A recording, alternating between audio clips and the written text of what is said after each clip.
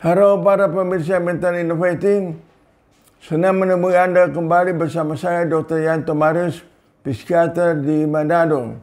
Dalam seksi Mental Innovating edisi yang ke-52. Edisi kali ini kita akan membahas mengenai dampak kejiwaan dari kehamilan remaja. Jadi, apa itu remaja? Remaja ialah anak muda, laki-laki dan perempuan yang berusia antara 13 sampai 19 tahun, jadi di bawah 20 tahun. Apa itu hamil? Hamil yaitu pertemuan antara sel telur dari wanita bersama dengan sel spermatozoa. Jadi remaja itu kita bisa sebut sebagai sudah dewasa biologis. Nah, kalau itu terjadi kehamilan, maka akan terjadi beberapa dampak. Dampak psikososial. Mereka berusia menjadi ayah dan ibu, mereka masih dalam pendidikan, mereka masih tergantung kehidupan sama orang tua, mereka masih belum siap sepenuhnya untuk menjadi, sehingga ini akan menjadi membawa satu masalah. Dari dampak psikologis ini akan menimbulkan dampak kejiwaan, karena tidak kerja, masih belajar, masih tergantung sama orang tua, membawa dampak kejiwaan. Dampak kejiwaan berupa, pertama waktu dinyatakan hamil, maka remaja akan menjadi takut, gelisah, cemas, menghindar diri, tidak mau bergaul, malu. Dan semakin hari kalau tidak ada solusi semakin besar, akan menjadi depresi.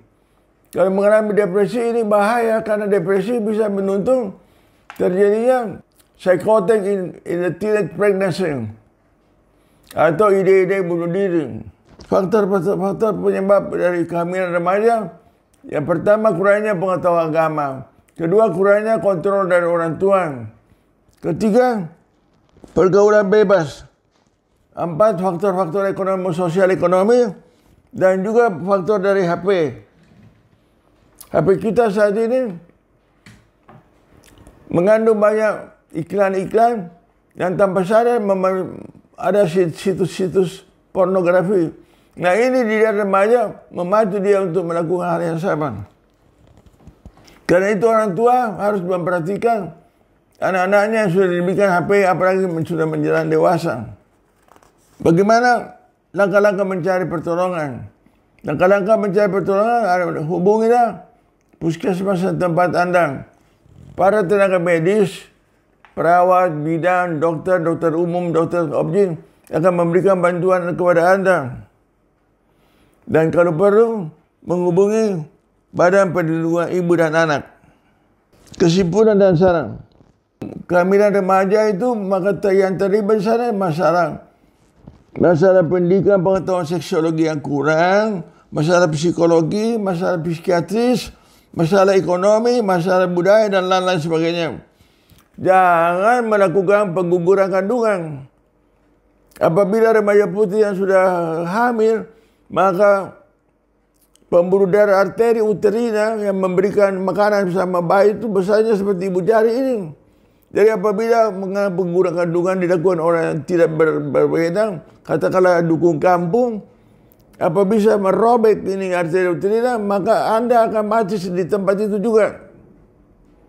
Atau apabila ditolong infeksi, ya kalau berhasil ditolong infeksi, ya maka mungkin Anda selamat. Tapi kalau tidak, infeksi yang berat dan dibiarkan, juga akan meninggal beberapa hari kemudian, serta merusak organ reproduksi Anda. Sehingga apabila Anda sekarang sehat, bisa menikah dengan baik-baik, Anda sudah sulit mendapatkan keturunan.